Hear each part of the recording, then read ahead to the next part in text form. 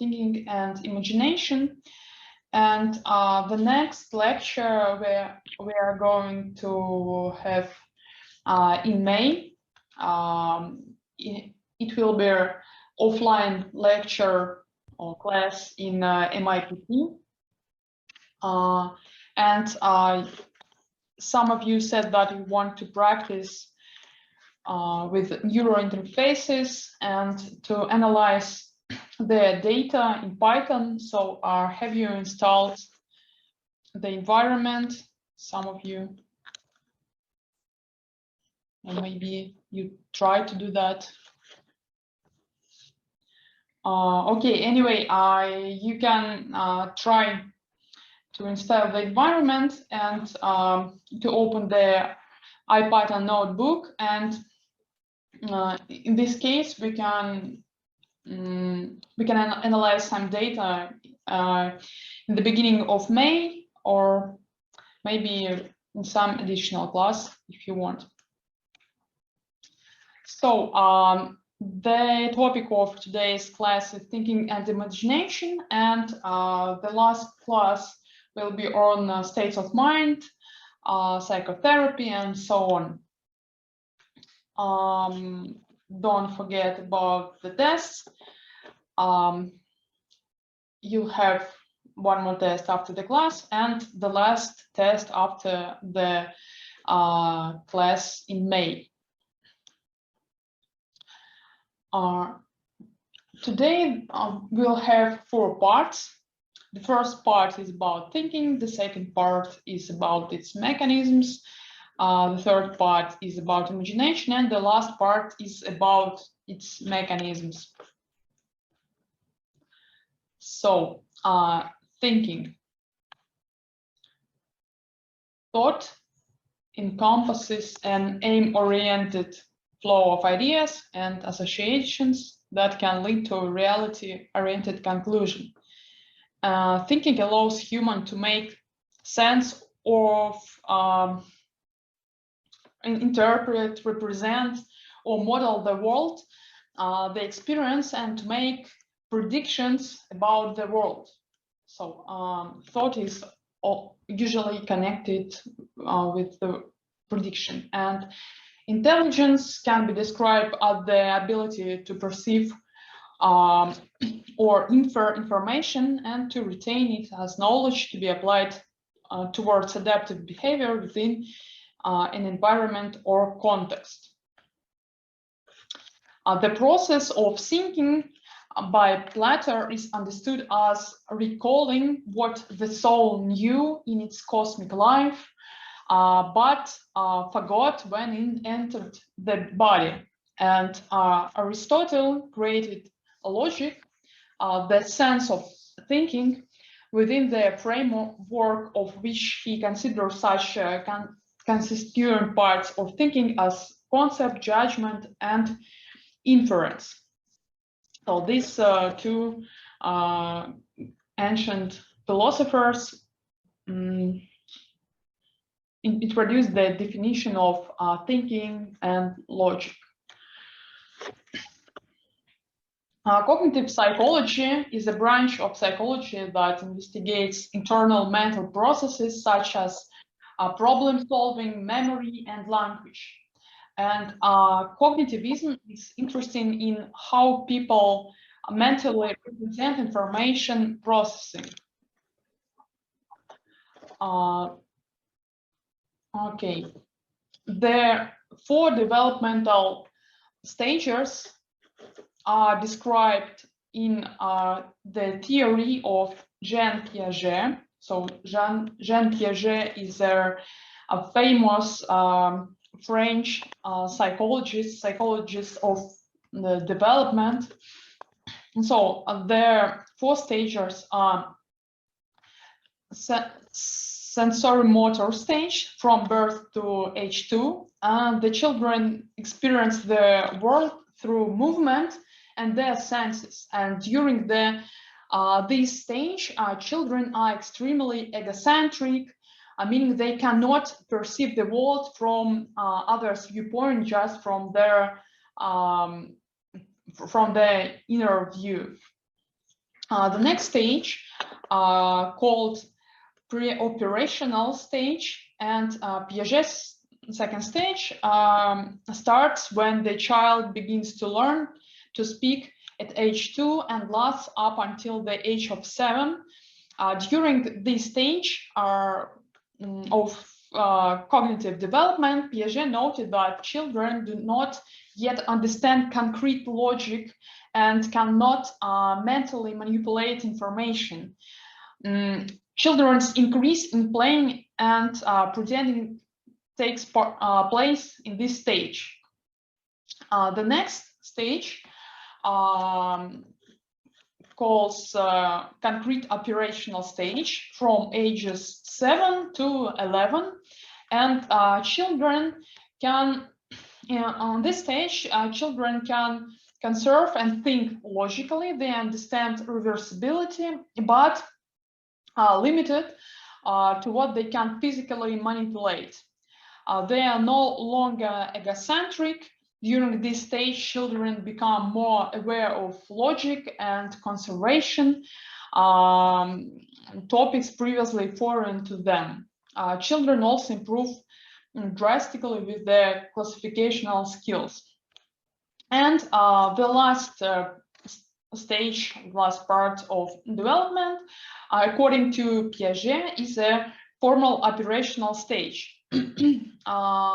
So this stage is from age 11 or 12 to 16 and onwards. It's developing of abstract reasoning. Children develop abstract thought and can easily conserve and think logically in their mind. Abstract thought is newly present during this stage of development, and children now are able to think abstractly and utilize metacognition. So, along with this, the children in the formal operational stage display more skills oriented toward problem solving, often in multiple steps.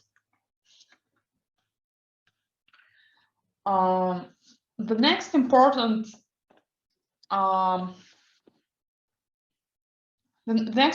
division on different levels is Bloom's taxonomy, and this is a set of 3 hierarchical models, in fact, used to classify educational learning objectives into levels of complexity and specificity.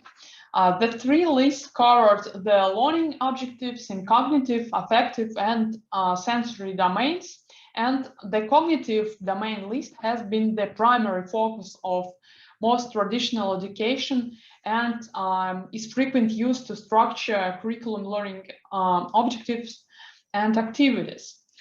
So the idea is that to learn something, we usually in first time we place with some facts and basic concepts, so we should just repeat, define, duplicate some objects and concepts. Then we understand them. It means that we can explain, classify, describe, translate, and recognize these objects. And the next level is applying. So when we memorize and we can classify some objects, we can use them for something. We can interpret them, demonstrate, and so on. The next level is analyzing level, when we draw connections among different ideas on in this field about these objects, and the highest level are connected with evaluation and in the end in creation something new using these objects, these ideas, these concepts. So according to Bloom's taxonomy, creation is the highest peak of the levels of education.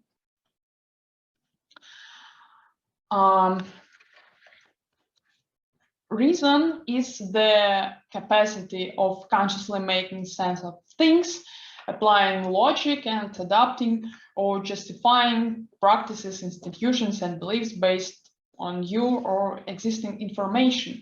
And we usually divide reasoning on deductive reasoning and or deductive logic, and it is a process of reasoning from one to more statements to reach a logical conclusion.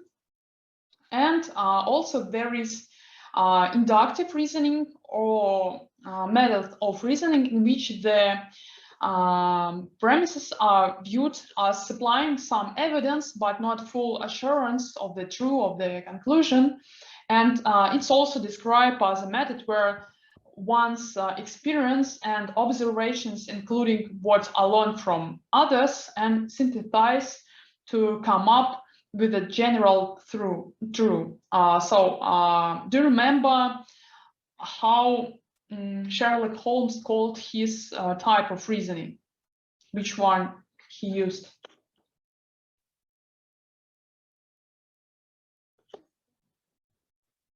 Abductive. Abductive. I think that in a book it was written that he used deductive logic. Yeah, and abductive, it's in fact a combo of these approaches. And in math, we usually use induction or inductive logic for proving some statements. For example, it's true for 1, and if it is true for n and for n plus 1, so let's use induction, and it would be true for all the numbers. Okay, so and in order to understand the phenomenon of thinking more in different angles, let's try to answer the question, who of these people is the smartest? So, do you know, have you got any ideas? I don't know that three. Or, so do you know some one of them? I know the right three. The bottom one is Einstein, right? The bottom right. And this is Albert Einstein. That's true. And Bill Gates. Yeah, Bill Gates. Reagan, the American president.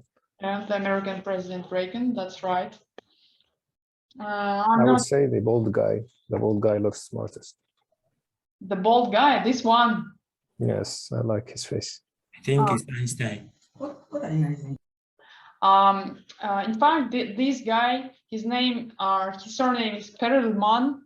He's famous Russian mathematician who proved very hard theorem, and he could get very big money, but he refused. He said, "Oh, I don't need money. I want to live with my mother somewhere in St. Petersburg without money," and so on. So in fact, he is very smart, and this guy, his surname is Wasserman.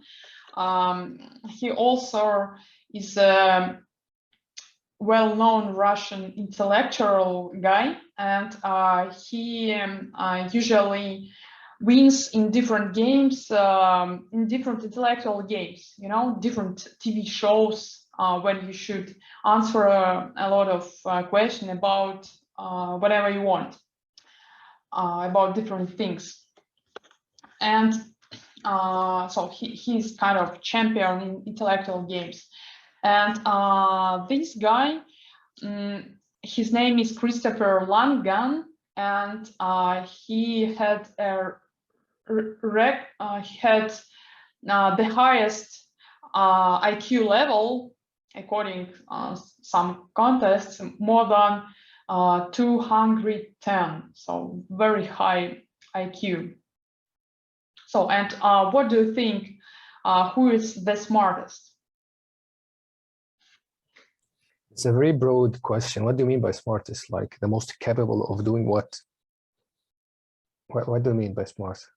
They all look nice to me, but I don't know why we have Reagan between them. It looks very unsmart, place to say.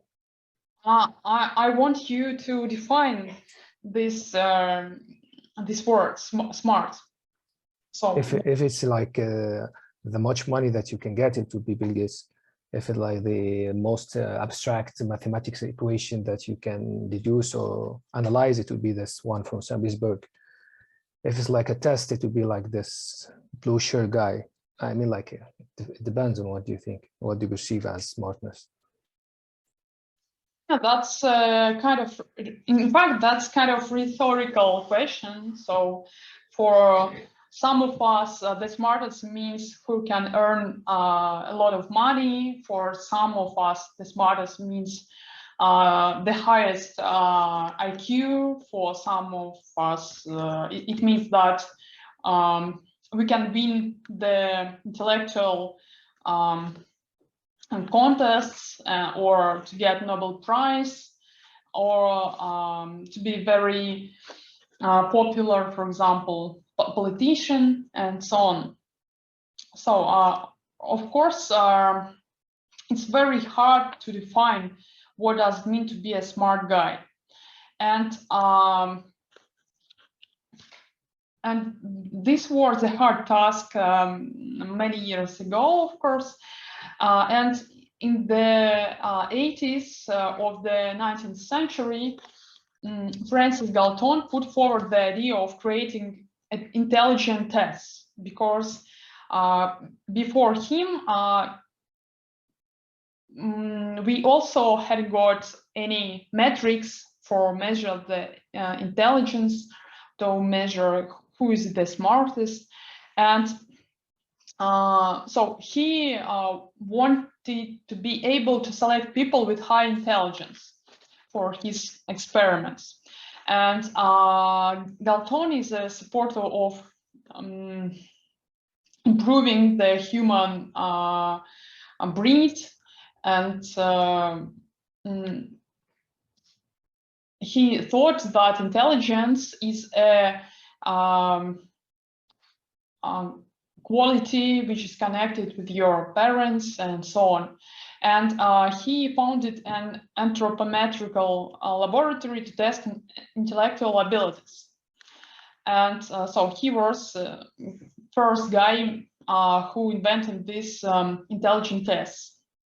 And Alfred Binet had different tasks. So in France, there was a general education. So everyone should have an education in France, and people didn't want to go to school. So they said, "Oh, why should I go to school? I want to, I don't know, earn money or to do something else, to work." And so the government needed a system to determine who can skip the school, who is not smart enough to go to school. And Alfred Binet created this kind of system. So people passed some tests, and then he said, okay, you can skip the school, or oh no, you should go to school. And the intelligence structure system that was developed later by Guilford in 1967 included 3 dimensions. So it was more complex system than, for example, Alfred Binet created. And the first is objects, some classes, relations, transformation. The second is content. And the third is operations. It was quite new idea, because when you try to understand the level of the intellect, you also should divide people, because some of them can read and write and some of them can't, and they just can use some pictures, some objects, but we still can measure the level of the intellect. And Charles Edward Spearman, he was an English psychologist, and he did a lot of works in statistics. He was a pioneer of factor analysis and Spearman's rank correlation coefficient. And he has also done fruitful work on models of human intelligence, including his theory that disparate cognitive test score reflect one common intelligent factor, G, and coined the term G factor. So his idea was that we can measure the intellect with the help of different tests, but there should be something in common which is correlated with the real intellect, not connected with some special sensor modes. And now still are the most common intelligence tests are, for example, Andhauer test or Wechsler test or Raven matrix tests. For example, here we can see Raven matrix tests, and as you can see, they are not connected with some words, some verbal symbols, numbers, or so on. So you can measure some quality of the intellect of different people who don't know the language or something like that. They can just use some objects, some pictures. So if intelligence can be measured in different ways, if there are so many different networks in the brain, maybe there are different systems of thought. And Thinking Fast and Slow is a bestseller book published in 2011 by the Nobel Prize winner in economics, Daniel Kahneman. Maybe some of you read this book, no? Okay. This book summarizes the research that Kahneman has conducted over the decades, often in collaboration with Amos Tversky, and the main thesis in the dichotomy of two ways of thinking. So that there is a system one of fast, instinctive and emotional system, and the system two, which is slower, more deliberate and more logical. And so some people use the first system more often, some people use the second system more often. And the idea is that if you know that there are these two systems and you are going to decide something very important for you, for example, you should use the second system, but for example, not the first. So you should think slowly. And it's often said that the left hemisphere is responsible for analytical thinking and the right for creativity. And but is it so? So the best example of established lateralization is Broca's and Wernicke's area. So as you remember, they are connected with the language processing, and both of them are often found exclusively in the left hemisphere. And functional lateralization, such as semantics, intonation, accentuation, have since been questioned and found to have a neural basis in both hemispheres. In fact, speech production is left-sided in about 90% of right-handers.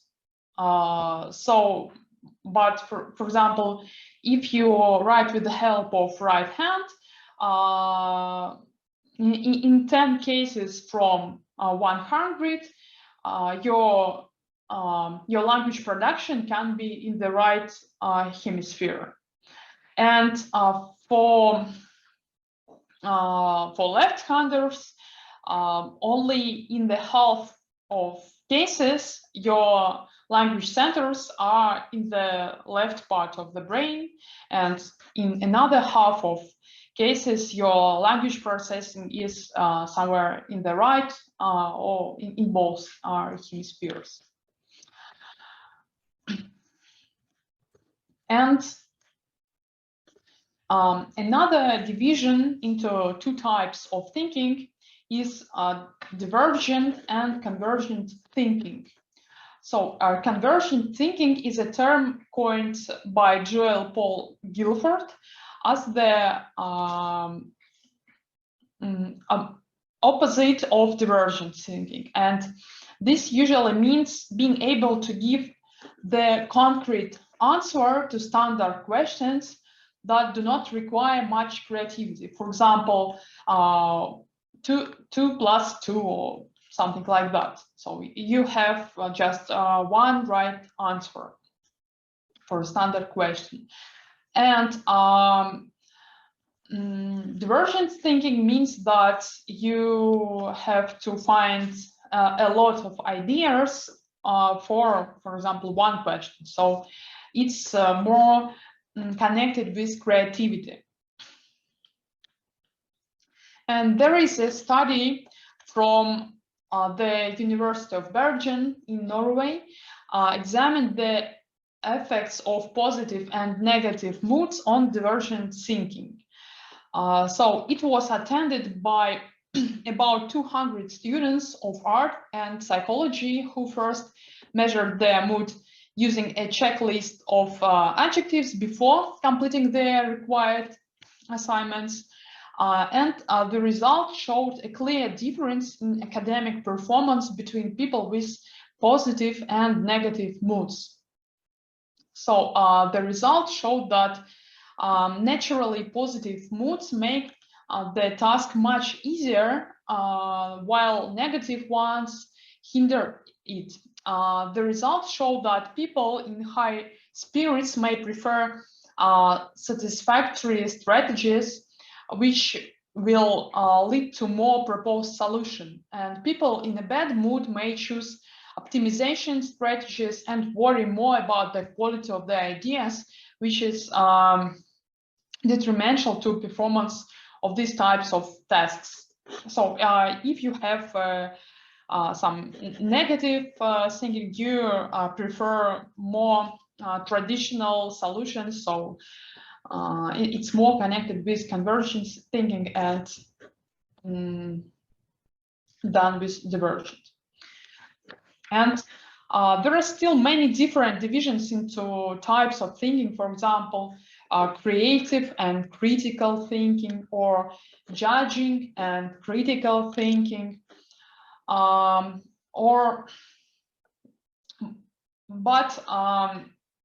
some of them are created for some reasons. For example, Edward de Bono, who developed different strategies to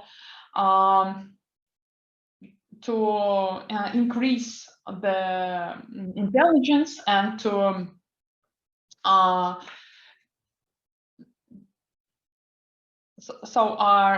he decided that when we work in a group and we can use different strategies of thinking. For example, we can remember just the pure facts, about something, about our problem, or we can create new ideas. So we can generate new ideas, or we can be emotional, so we can feel different emotions on different ideas, or we can criticize our ideas, and so on. And he mentioned that there is a good strategy when we have a group, for example, of 6 people, and each of us has his own strategy. For example, some of us is creative, and some of us is about facts and feelings, or we can use different heads or different strategies of thinking during our thinking on some problem to find out the solution. Because when we do it chaotically, it's very hard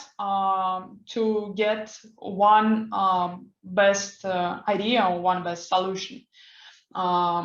So, for example, in the end, we should decide on process, then create a lot of ideas without criticizing, then collect the facts, then think about pluses and minuses, and so on. So we should divide our process of thinking on different strategies to find out the best solution. And of course, all these types of thinking are more like software in the brain than hardware. Therefore, you most likely will not find brain networks that are connected just with creative thinking, for example, or only with critical thinking. Nevertheless, there are certain patterns in the work of the brain which we will discuss. So several cognitive processes are required to implement the thinking process. And working memory is a memory for decision-making, speech, and thinking, a set of mental processes for keeping a limited amount of information in a temporary available state during cognitive activity. So this is about working memory. And working memory is like operational memory in the computer. So just we remember some ideas, some facts. So it's in a working memory when there are processes, so action potentials in the neurons. And here you can see the areas that were involved in the processes of attention, working memory, and episodic memory. So the prefrontal cortex and parietal area play a key role in these processes. Problem solving can be thought of as finding a path through a maze of choice points between possible sub-goals toward a final goal. And a puzzle called the Towers of Hanoi is frequently used to investigate brain areas involved in explicit problem solving. So this is this picture shows you the problem of Hanoi. So when you have got some start position and some goal, some aim, the task is move the disc between the rods one step at a time until that they match the goal. And in this task, some areas, for example, the dorsolateral prefrontal cortex is activated much more frequently than some other parts of the brain. And there are some other tests to find out which of the parts of the brain are active during the problem solving. For example, task switching, when you should, for example, put the button first when you have got red cards, or then you have two objects in the card, or you have got stars in the card. And so when you should switch the task, you usually use, for example, some parts in parietal lobe and some parts of frontal lobe. And a current model for brain errors involved in explicit problem solving on the outer surface of each hemisphere. Activity during problem solving appears in the dorsolateral prefrontal cortex, and during task conflict or errors, we find high activity in the forward anterior part of cingulate cortex, or ACC. We also discussed this part of the brain when we discussed the large-scale brain networks. The anterior cingulate cortex is a part of Salience network. And maybe you remember I mentioned that it's active during some comparison, finding the errors, and so on. And yeah, this is also about the anterior cingulate cortex. So different variants of cingulate cortex burning, recognition of non-conformity, unexpected pain, triggered anxiety, ambiguous emotional pictures, detection of errors, evoked emotionals, and so on. Semantic memory plays a key role in problem solving, and how and where are concepts represented in the brain. So a recent summary of semantic memory location in the left hemisphere provides evidence that semantic working memory involves constantly looping activity between the temporal and frontal lobes. And in a classic fMRI study by Smith and Jones, memory load was varied using an n-back task. So in this task, the subject must hold in mind several trials in order to report the item that was presented in the n preceding trials. So for example, if you have 0 back task, you should report on the number you see on the screen right now. If you have a 1 back task, you should report on the number you saw the previous screen. And if you have 3 back tasks, you should report on the number you saw 3 screens ago. And so they had very interesting results in this experiment. So here you can see the summary of their results. So memorizing more steps involved more brain regions, especially in the frontal and posterior cortex. So you can see the more objects you should you have in your working memory, the more active the regions in parietal cortex, somewhere, and prefrontal cortex are. And if we compare explicit and implicit problem solving, then explicit problem solving involves more executive control and working memory. And in Schneider and Chen's experiment, they examined how the brain works in tasks that have already been practiced versus new tasks. And it turned out that the anterior singular gyrus we just discussed, so the part of Salen's neural network and so on, and dorsolateral prefrontal cortex and posterior parietal cortex worked more actively in the new tasks than in the tasks you already practiced in.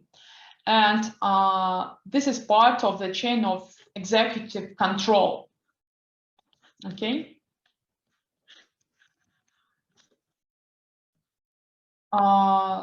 Okay, so here we mentioned all the main parts of the brain that are involved in some special task, like working memory or solving problem with a certain goal. And now let's move on to the imagination.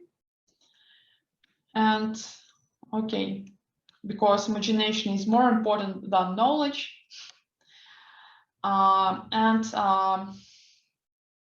Let's think about creativity. So first, according to Oxford Dictionary, imagination is the faculty of action, of forming new ideas or images or concepts of external objects not present to the senses. So when we can create new ideas or images which we can see or feel or something like that. And over the course of the last decade, however, we seem to have reached a general agreement that creativity involves the production of novel, useful products, according to Mumford articles in dictionary. And I have another panel of different people, and another question is, so who is the most creative of these people?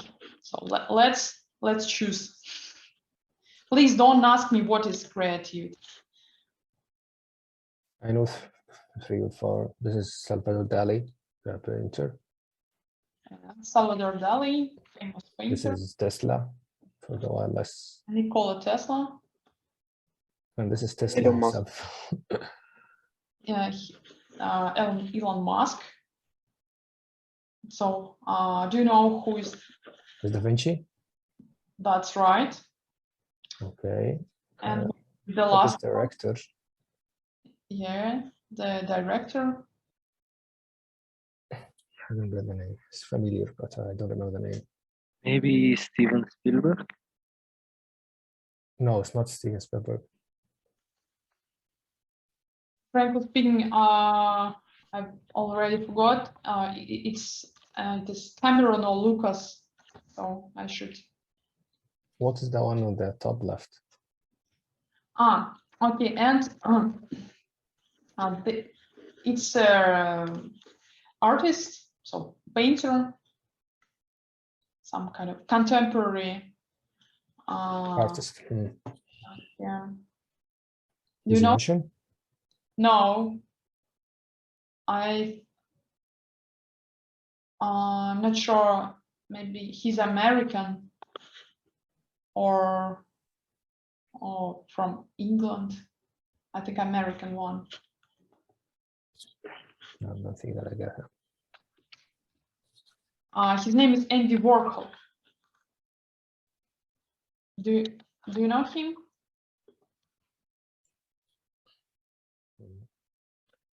It doesn't ring any bell in my head now. I don't think so. He has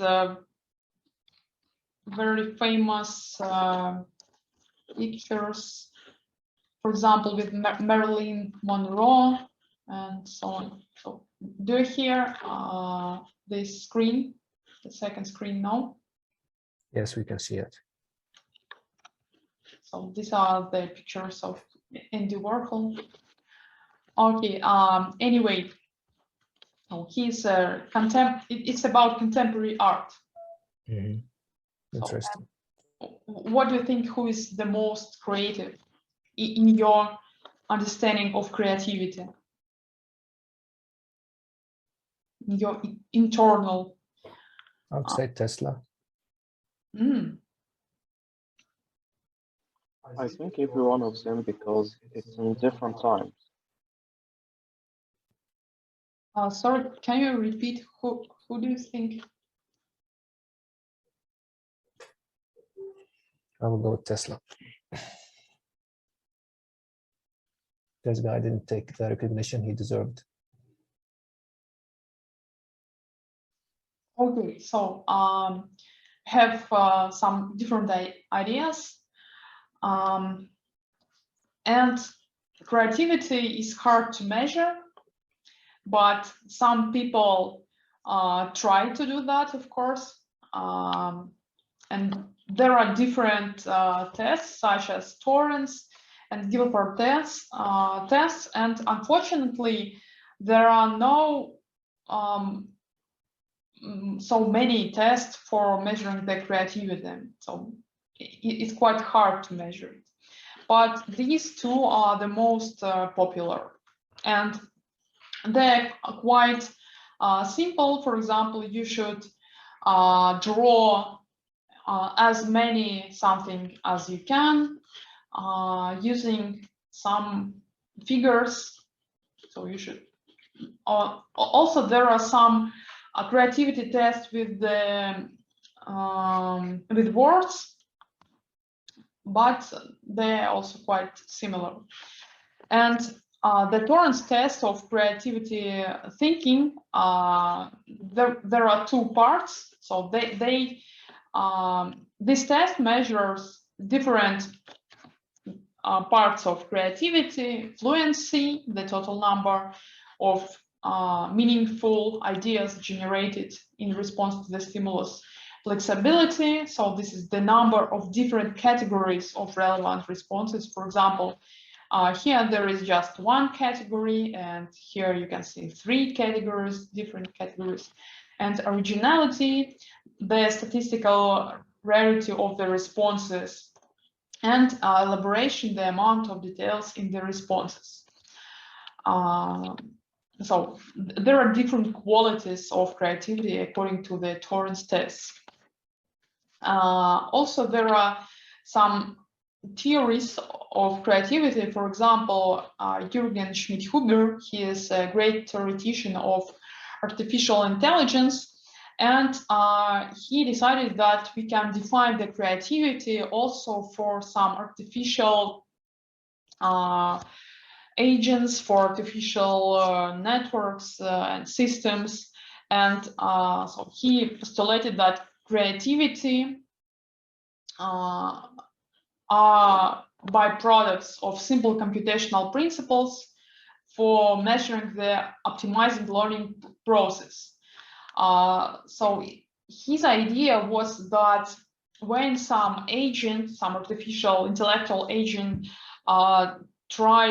investigate the world, there is a huge amount of information in this world, and sometimes to make this huge amount small, we need to conceptualize this information. So we should we should do some compression, and this is compression is known as wow effect. So when we when these artificial agents, or we create something, in fact we create some concept to archivate this huge amount of information, and that's why we feel some happiness, or we enjoy this process of creativity, because it's an algorithm in the brain or in artificial network. And now about some ideas about the mechanisms of creativity. So first of all, to imagine something, we need imagine something in some sensory systems. So for example, to have some visual imagination, we need visual system, and this consists from LGN, or lateral geniculate nucleus of thalamus, and the light goes through our eyes to LGNs and then to the visual cortex, or in V1, and the further the visual signals goes along the visual path, the more complex features in next layers can be recognized. For example, in V1, just different lines with different orientations, some colors. In V4, color, some basics of shapes, and in VTC, some complex features and objects. So this is the ventral path in the brain for visual system. And there are also specific regions, such as the fusiform area. Here you can see the FFA, or fusiform area. And this is a facial area. So in this area, the neurons respond to face recognition. So if you recognize the face, the neurons here are very active. And also there are some other special places for some special objects. And the next sensory system is the human auditory system. And the beginning is in our ears, in cochlea. Then the signal goes through inferior colliculus in the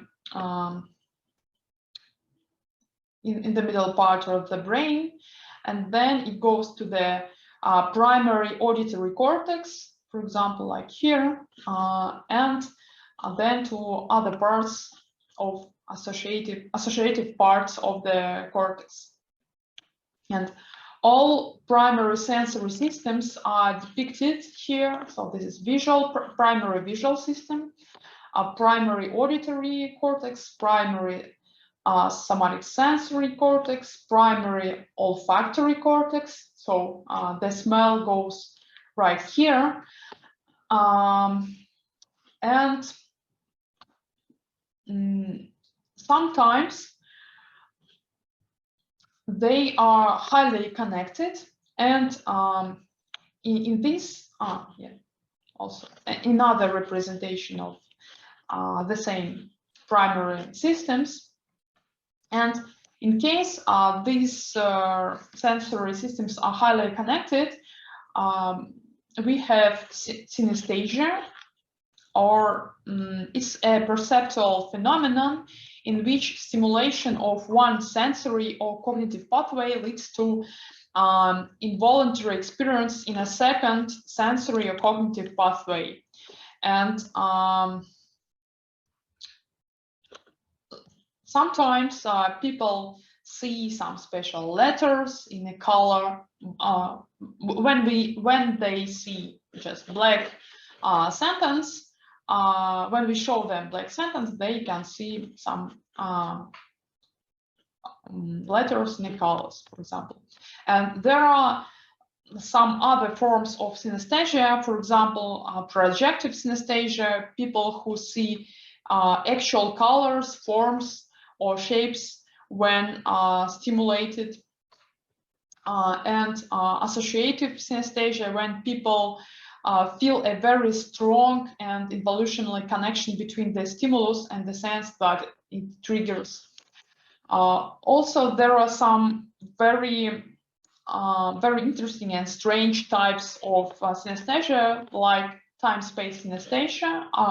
I know one person with this type of synesthesia personally, and usually people draw it like here. For example, This is a guy, this is the top of his head, there is the direction he's looking on, and they have such kind of representation of different months and days and hours. So they, when they try to remember some special day or some hour, they know the direction of this day and color of this day, and also people shows like that. And this kind of people, they have got quite good memory on different days, facts in their lives. This is not quite understood phenomenon, but very, very interesting. So, and the phylogenetic acquisition of imagination took place gradually. So the simplest form of imagination, REM sleep, arose in mammals with the translation to REM sleep 140 million years ago, and spontaneous understanding improves in primates with the acquisition of the lateral prefrontal cortex 70 million years ago, and after separating the hominins from the chimpanzee 7 or 6 million years ago, they further enhanced their imaginations. And prefrontal analysis was carried out 3.3 million years ago when hominins began producing type 1 stone tools, and the advance in stone tool culture to the second tier of stone tools 2 million years ago means a significant improvement in prefrontal analysis. And the most advanced mechanism of the imagination, prefrontal synthesis, was probably acquired by humans about 70,000 years ago and led to modern behavior. And this leap towards the modern imagination has been characterized by paleoanthropologists as the cognitive revolution, the upper Paleolithic revolution, and the great leap forward. To understand why the great importance in the development of imagination is given to sleep, let's start a conversation from the hippocampus. So the hippocampus is a part of the brain translated as a seahorse. That's why there is a seahorse on this picture. Maybe you remember what happens to the person whose hippocampus doesn't work. So do you remember?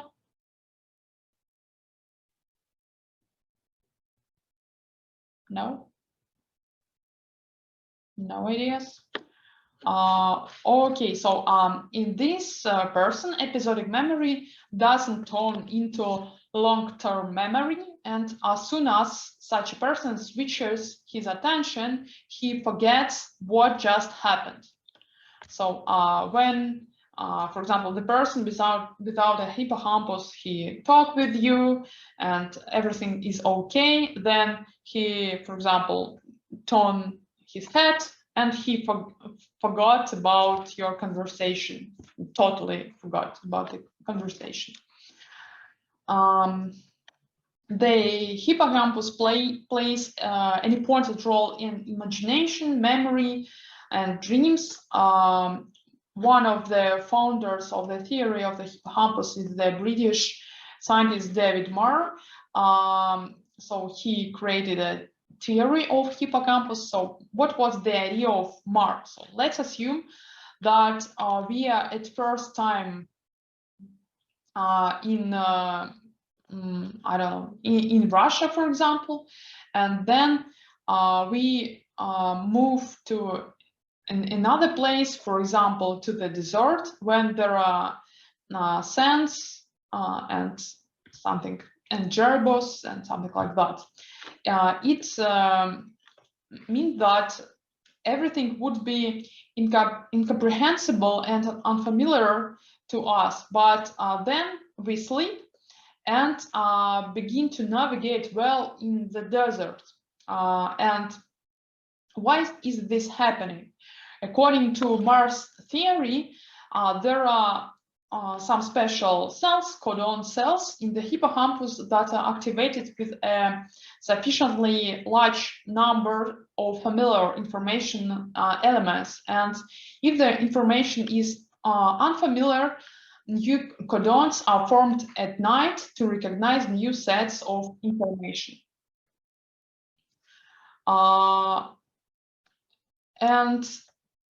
A signal comes to the hippocampus from several parts of the cortex. The hippocampus receives information from the dorsal flow through the parahippocampal cortex and through the perirenal cortex from the ventral flow. So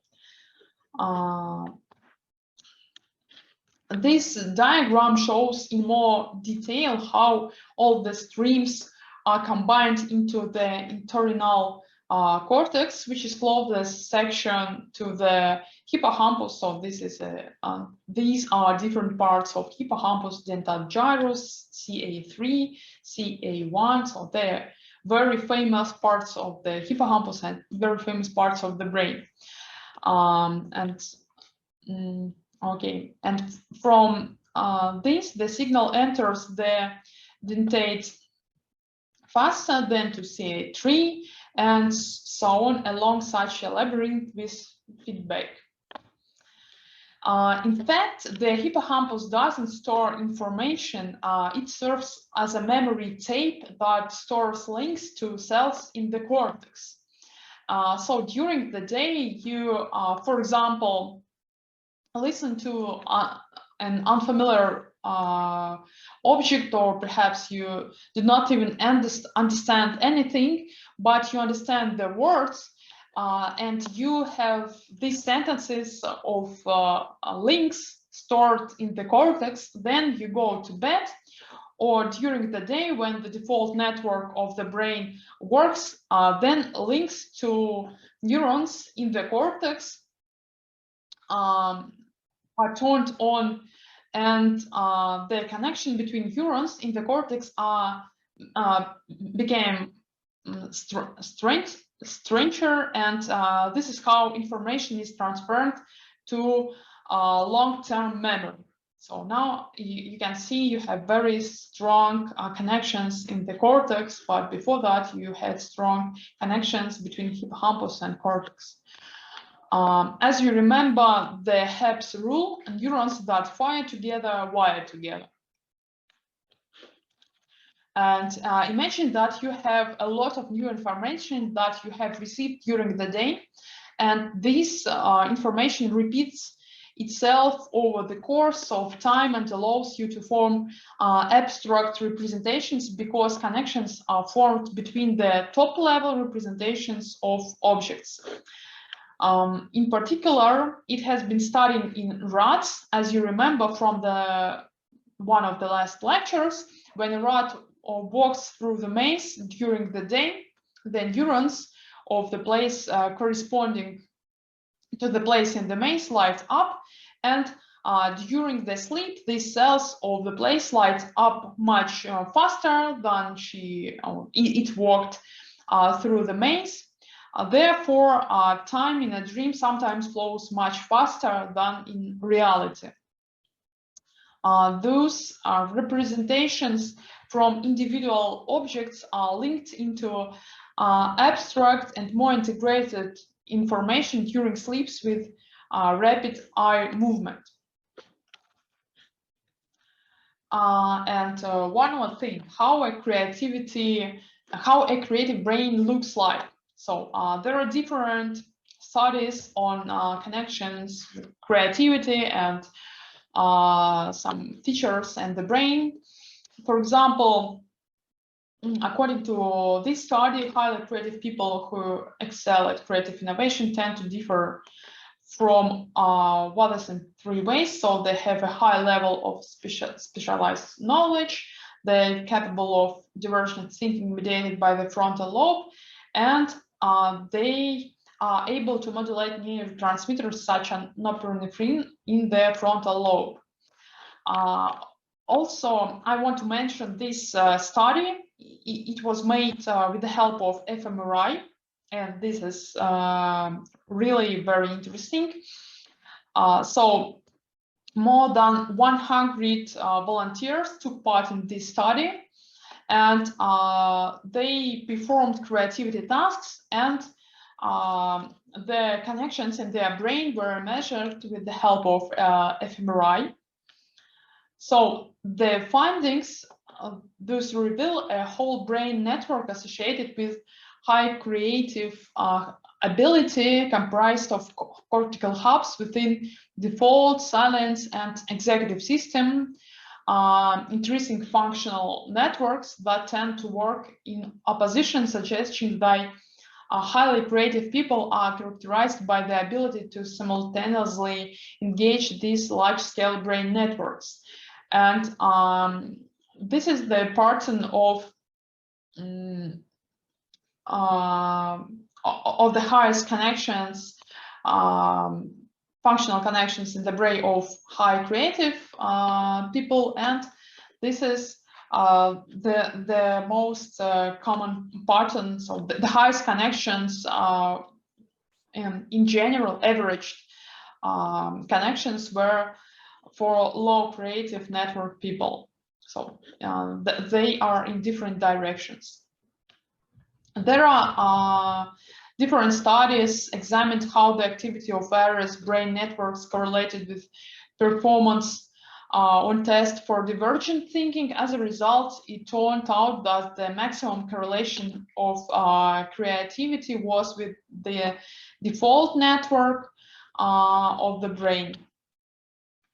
And there are papers that compare connectivity separately for separately verbal creativity, musical or audio creativity, and visuospatial creativity, and also there are different seeds in the brain that are more correlated with different modalities of creativity. But in general, one can divide imagination into imagination from the bottom up. It includes dreams, hallucinations, spontaneous insights, when the primary sensory areas are activated spontaneously and you unconsciously remember something. And there is an imagination top to bottom. And for example, when there is a request to a memory, you are trying to remember something. And the last form of top-down imagination is a real imagination, according to this article of Andrei Vyshetsky. And in this type of imagination, you try to design or create something new, some big object. How does this happen? So on the left is a diagram of the visual recognition of an object when the primary cortex is activated. So V1, it's a primary visual cortex, as you remember. Then the higher regions are active. And on the right, it's a query from memory, such as when you are trying to represent a mark. If you restore the whole pictures in your head, the whole picture is synchronized from top to bottom and from bottom to top. And so how it works? There is a hypothesis of binding or connectivity, which says that in order for some image in your head to be synthesized, you need the pool of neurons that is responsible for one object to synchronize with the pool of neurons that is responsible for another object. And it's believed that this binding occurs in the gamma range, so in gamma rhythm. So when just neurons connected with this cap are active, and this and the neurons connected with this clipboard are active, you can't see the cap on the clipboard, but when they are synchronized, then you can see the cap on the clipboard. And according to this concept, any imagination also occurs. For example, some unknown creatures like mermaids or minotaurs, centaurs, and some people with the head of a cat, and so on. So just during the sleep, or during the work of default neural networks, one group of neurons connected with the head of I don't know, the head of a person were synchronized with some group of neurons connected with the body of the some other creature, and so we have a new creature. So in addition, we know many things about holistic perception from brain damage, and imagination and perception seem to us to be integral, but this integrity disappears when during different types of agnosia. So there are two most known types of agnosia. These are a perceptive agnosia and associative agnosia. And when people have a perceptive agnosia, they can't recognize and name the objects, but they can paint them or repeat some numbers or letters, for example. And in the case of associative agnosia, they can create very good paintings. So they can repeat something, some letter or something like that, but they don't understand that, for example, this is a ring or this is a pen or something like that.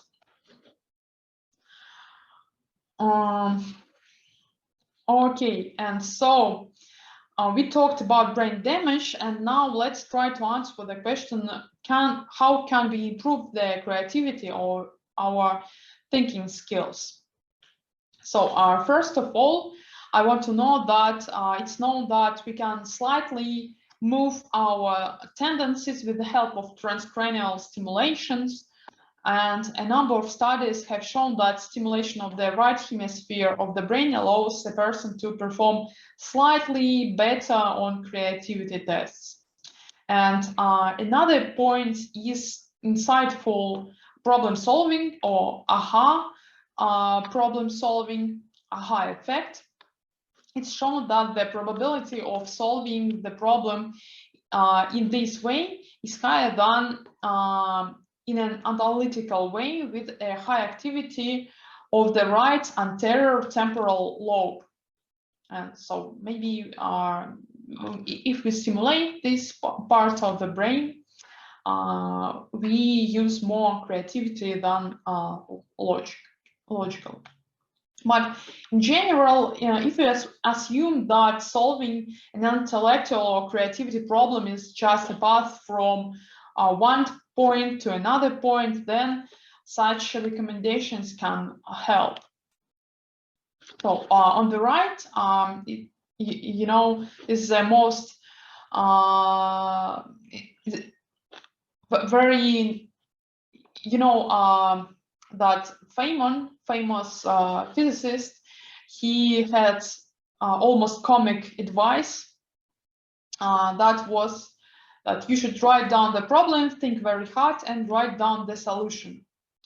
And on the left side, there is a summary of the book of Poya, How to Solve a Problem. This book is about how to solve some mathematical problems, and there are some insights, some ideas from this book.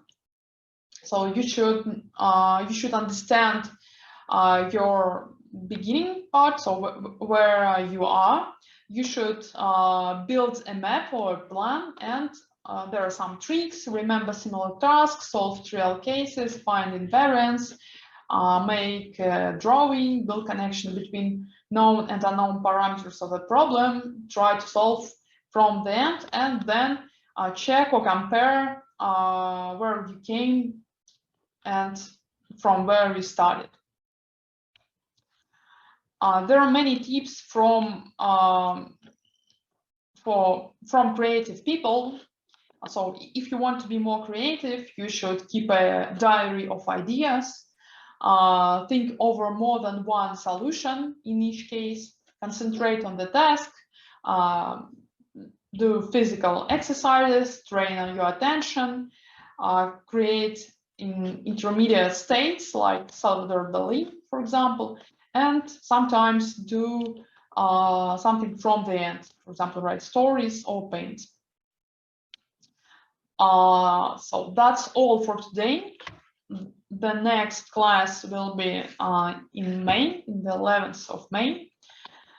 So that's all. Thank you.